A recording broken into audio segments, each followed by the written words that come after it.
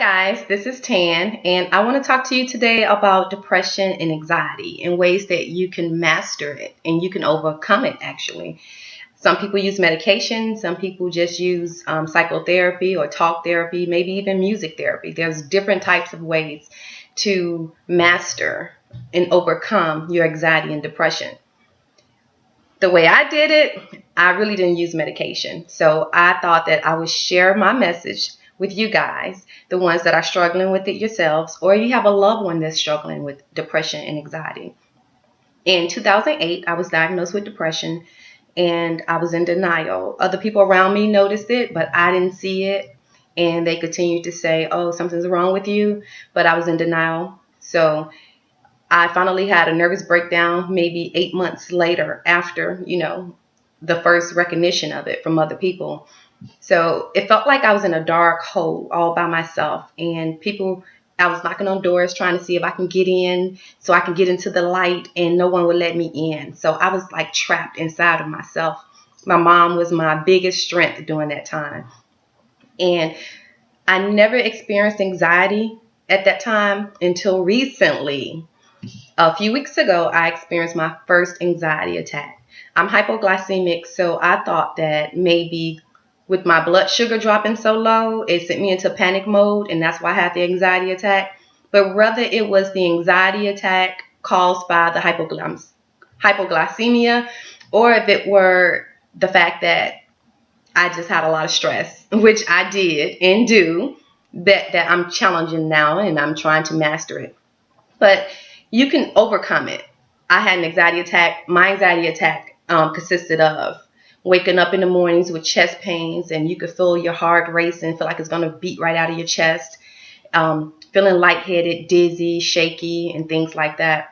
So when I had my anxiety attack, I was rushed to a local emergency room where they diagnosed me with something else, but I know it was anxiety because I did a lot of throwing up at that time. They just gave me some medicine for nausea, and they actually gave me Xanax as well to calm my nerves because the anxiety attack lasted for like 2 hours, and my hands were tingling, my feet were tingling. I was just hyperventilating.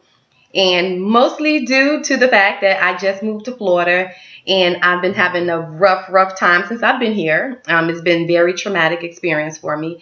I moved down here without friends or family, so it was sort of rough on me. It's really rough on me, but I'm learning how to master it. So that's why I want to share with you guys different techniques that you can use to overcome your anxiety and depression.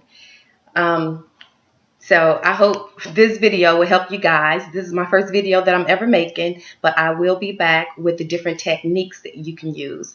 Also, by the way, I am a mental health therapist, and I'm not currently active as a mental health therapist, but I have a master's degree in psychology. And actually, when I was studying, when I was in grad school, that's when a lot of people were telling me, oh, something's wrong with you. I was in denial because I thought maybe they were just coming down on me, like, oh, you're studying psychology, but you're the crazy one. So that's what really kept me in denial, because a lot of times when we have mental health problems, we don't know it. Other people notice it before we notice it. So it's very important to listen to your close friends and your family, your loved ones, because they notice signs before you do. So after I was in denial, I got over it. And like I said, my depression, it took me maybe about 4 or 5 months to get out of the deep depression. And then after that, it took me maybe about 3 years to actually feel good about myself again and actually just be out of the whole situation. I didn't use medication at that time. But when I had my anxiety attack, like I said, they gave me the Xanax at the hospital. And I actually did take the medication because I had to go to work, and I just didn't want it to happen while I was at work. As a mental health therapist, yes, I was taking Xanax, and I just took a half a pill because I deal with substance abuse clients as well. I was afraid of the effects of becoming addicted to it. So I just took a half a milligram. Well, it was 1 milligram, so I just took half of that, maybe 2 or 3 times. After that, I said, that's it. I grabbed my scripture and I said, look, I'm taking you with me, Lord. So basically, that's what I did. And every day is a challenge, every day. And actually, believe it or not, your mind is recording everything you say. when you're thinking about negative things, if you think about, things that made you angry or unfinished business, or maybe you have a big project at school, or maybe you have to stand up in front of others, or maybe you might have a social anxiety, or maybe just a lot of stress is causing you anxiety. But either way, there's ways that you can manage it. Your brain, some of us, like for me, when you repeat things to yourself over and over again, your brain is actually recording everything you say. And what you put in comes out. So the way you think becomes your behavior. And if you think in negative thoughts, your behavior is going to be negative. Whether it's going to come out in the form of anxiety or anger. A lot of us can witness to this, and you have done it maybe, but there's ways that you can overcome it. Just techniques on thinking positive thoughts.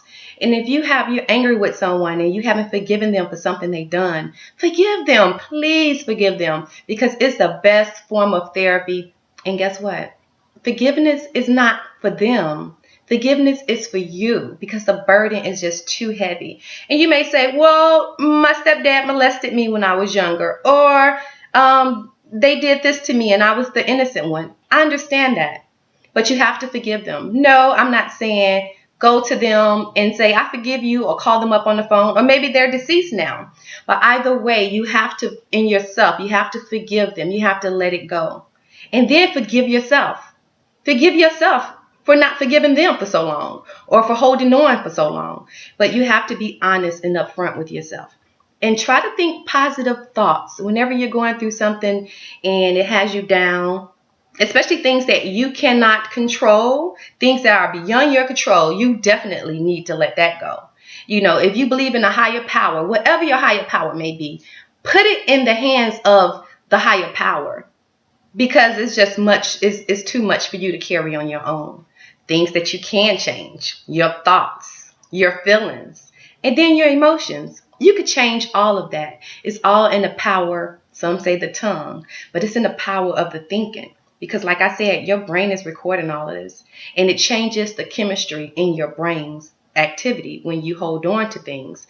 And it makes you feel down, depressed, and you may have a special little hobby that you like to do, or different interests that you like to do, and now you no longer have an interest in it because it has you down.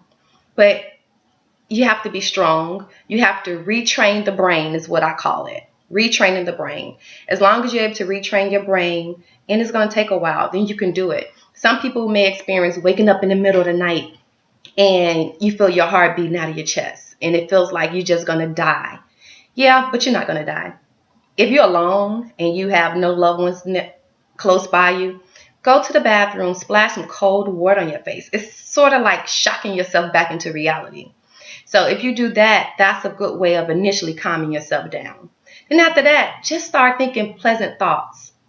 Now, where's your happy place? Everyone has one. Sometimes it may take us a while to think of it. Maybe we just not into it anymore. We had a happy place, but we no longer have a happy place. But I want to get you back to your happy place. Think about the things, maybe the birth of your child, or maybe your child's graduation, or maybe when you first fell in love, or whatever the case may be. Or maybe it could be not just an event. Maybe it could be things that you're interested in. Maybe you're interested in going skating, or, hanging out with your friends. And if that's a happy place for you, in the middle of your anxiety attack, go to your happy place. I love to go to my happy place. Me personally, my happy place is the beach. And I think that's what got me into Florida. But my happy place is the beach.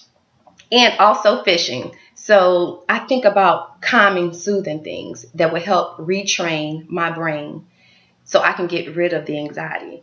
Don't allow things to pile up on you. Another thing is, if you have a lot to do, create you a to-do list. That way you can put it on paper instead of keeping it in your head. Because when you keep it in your head, it becomes overwhelming. But I definitely want to come back and talk to you guys again about more techniques that you can use and my journey with anxiety and depression. But thank you. I no longer suffer from depression, but I definitely continue to suffer from anxiety. But it's an everyday battle for me, and it's a challenge for me. And I know it's a challenge for you too. But we're going to get through this thing together, okay? All right. Talk to you guys soon.